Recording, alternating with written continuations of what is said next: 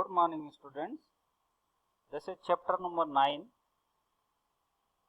ray optics, and today's lecture is based on dispersion of white light.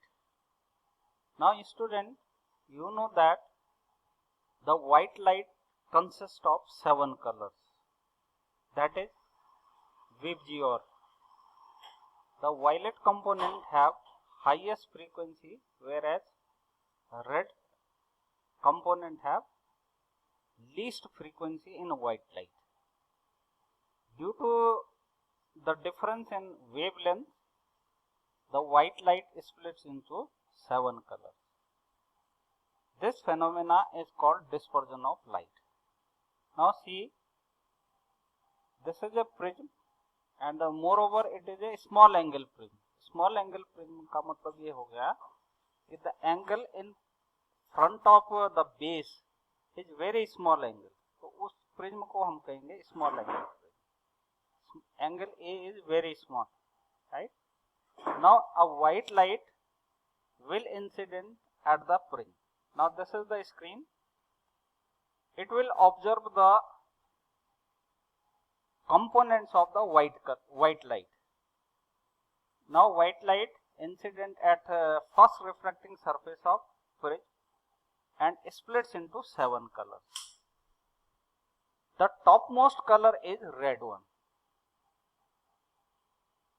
Red color have highest wavelength. So we can draw the conclusion that higher the wavelength, lower the dispersion or lower the deviation, right? Now see, this is the angle of deviation, means the angle between incident ray and emergent ray is angle of deviation.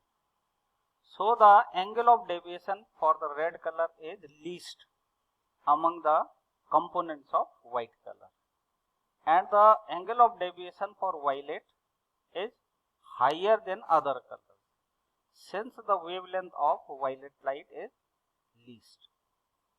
Now the phenomena of splitting a ray of white light into its constituent colors is called dispersion, and the band of colors from violet to red, that is called spectrum. So the spectrum of white light is VIBGYOR: violet, indigo, blue, green, yellow, orange and red, right? So frequency is descending in this order, whereas wavelength is increasing. You know that C equal to nu lambda. C is equal to nu lambda. Nu is frequency and lambda is wavelength. If frequency is decreasing, it means wavelength is increasing, since the product of nu and lambda is always constant. अब यहाँ पे अगर मैं यहाँ पे एक normal draw करूं first refracting surface पे, तो this angle should be angle of incidence, right? Cause of dispersion. अब सबसे बड़ी चीज ये है कि ऐसा होता क्यों है. तो जैसा मैंने बताया कि वेवलेंथ हर कलर का अलग अलग है, तो इसका मतलब वेवलेंथ का उस कॉज से कोई ना कोई रिलेशन जरूर होना चाहिए, ठीक? Now see, refractive index of violet is equal to sine i divided by sine r v. R v means angle of refraction for violet colour. ये केवल वायलेट की बात हो रही है, right? In case of red, mu r is equal to sin I divided by sin RR, right? The angle of incidence is common for all the colors, since white light get incident at the first refracting surface. तो अगर आप देखें तो इस case में अगर आप देखेंगे तो RR की वैल्यू, RR का मतलब हो गया, अगर मैं यहाँ पे नॉर्मल ड्रॉ करता हूँ, यहाँ पे एंगल ऑफ रिफ्रैक्शन रेड के लिए मैं यहाँ ड्रॉ कर सकता हूँ, ठीक है? वायलेट के लिए यहाँ ड्रॉ करना पड़ेगा. तो आर आर की वैल्यू बड़ी है, ठीक है ना? क्यों? क्योंकि उसका रिफ्रैक्टिव इंडेक्स कम होता है, ठीक? अब हम ये जानेंगे कि दोनों के बीच में वेवलेंथ और रिफ्रैक्टिव इंडेक्स के बीच में क्या रिलेशन है. Now see, RR is greater than RV, so mu V is greater than mu R. ये तो सिर्फ जो है वो एंगल ऑफ रिफ्रैक्शन का रिलेशन हुआ। अब आप देखेंगे असली कॉज एक काउची थ्योरम में, this is the mathematical equation, mu is equal to a plus b divided by lambda square plus c by lambda to the power 4. This is the relation between refractive index and wavelength. This is the Cauchy theorem. Now A, B and C are constant of the material medium or transparent medium. Lambda is wavelength. Now the lambda of R is greater than lambda of violet. It means refractive index of violet is greater than refractive index of red. So the angle of deviation also depends on the refractive index. ये वाला जो relation था ये हमने पिछले lecture में देखा था। ये कहाँ से आया था? स्मॉल एंगल प्रिज्म का जो एंगल ऑफ डेविएशन होता है उसके लिए एक्सप्रेशन हमने कैलकुलेट की। तो del is equal to A mu minus 1, this is for small angle prism. इसका मतलब angle of deviation also depends on refractive index. अब देखिए वायलेट के लिए रिफ्रैक्टिव इंडेक्स बड़ा है, तो अगर रिफ्रैक्टिव इंडेक्स वायलेट के लिए बड़ा तो उसका डेल भी बड़ा होगा, यानी angle of deviation for violet colour is greater than angle of deviation for red colour. तो this is angle of deviation for violet is greater than angle of deviation for red, right? So the violet deviates more and red deviates least among the components of white light, है ना? तो अभी आपने diagram में देखा था, मैं पिछली स्लाइड पे चल रहा हूँ। यहाँ आप देख रहे हैं ये जो वायलेट है ये सबसे नीचे आया है, इसका मतलब इसका एंगल ऑफ डेविएशन सबसे बड़ा है।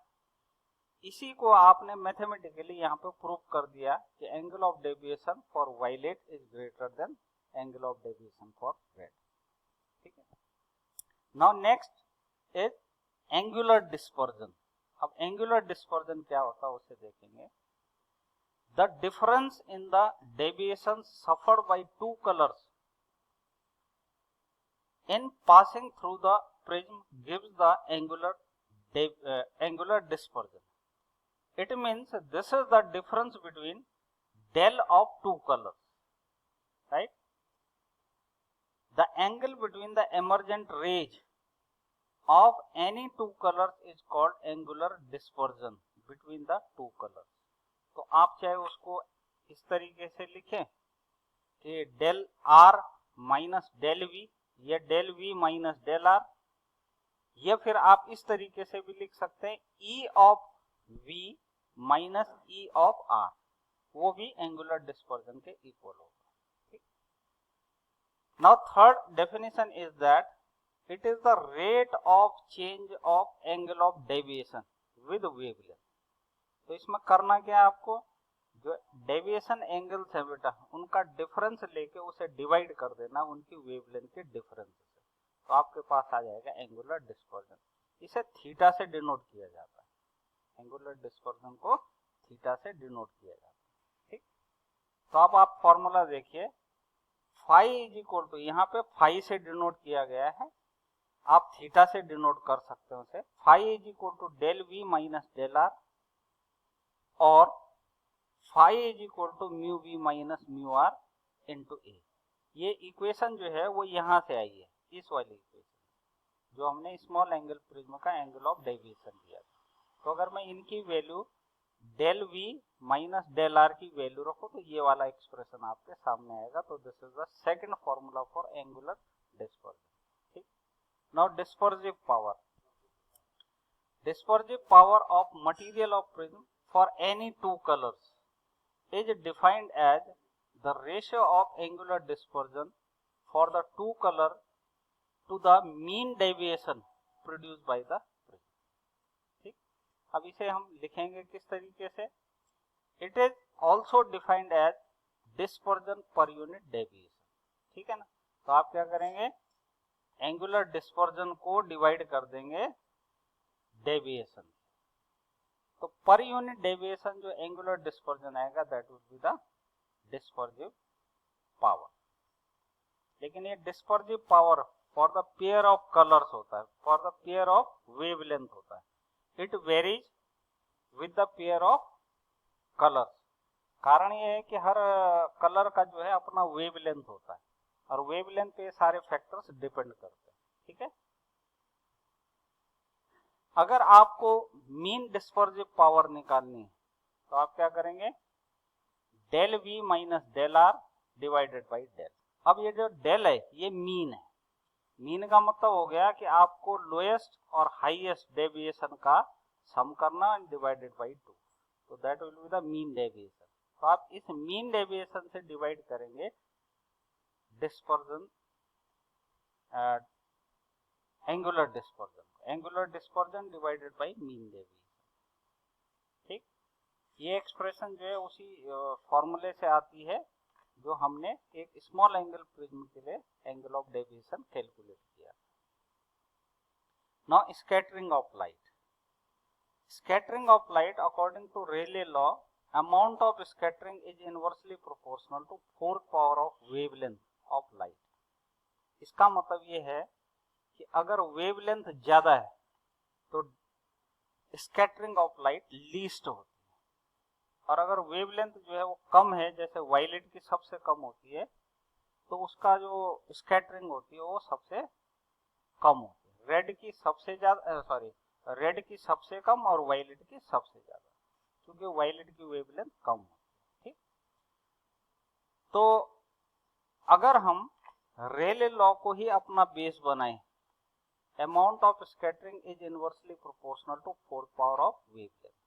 अगर हम रेले लॉ को अपना बेस माने तो सन से आने वाली रेज जो अर्थ तक पहुंचती हैं उसमें से अगर डे टाइम है तो ऑलमोस्ट 3 या 4 कलर्स हमारे अर्थ तक पहुंच पाते हैं, तो हमें जो लाइट है वो व्हाइट नजर आती है। लेकिन at the time of sunset and sunrise the sunlight travels through the greater thickness of atmosphere. अब एटमॉस्फेयर से जब वो ट्रेवल करेगी तो सबसे पहले जो है वायलेट कलर स्कैटर्ड हो जाएगा, क्योंकि वायलेट कलर की जो वेवलेंथ है वो सबसे कम है, सबसे ज्यादा स्कैटरिंग जो है वायलेट की हो जाएगी। ठीक, फिर इंडिगो की, तो हम तक पहुंचते पहुंचते केवल एक ही कंपोनेंट बचेगा, that is red colour. Red colour की वेवलेंथ बहुत ज्यादा है तो उसकी स्कैटरिंग सबसे कम होती है। तो सनसेट और सनराइज के टाइम पे सिर्फ रेड कलर का जो कंपोनेंट है वो हम तक पहुंच पाता है, इसलिए जो स्काई होता है उसका कलर हमें रेड नजर आता है।